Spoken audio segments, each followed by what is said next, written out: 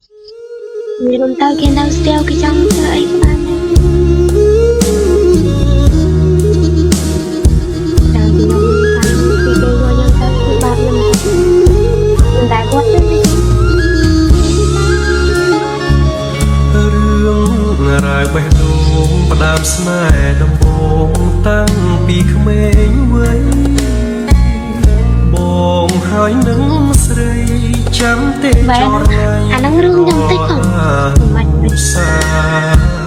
ធ្លាប់កាន់ដៃគ្នាគ្រប់គ្រាដែលយើងចេញពីសាលា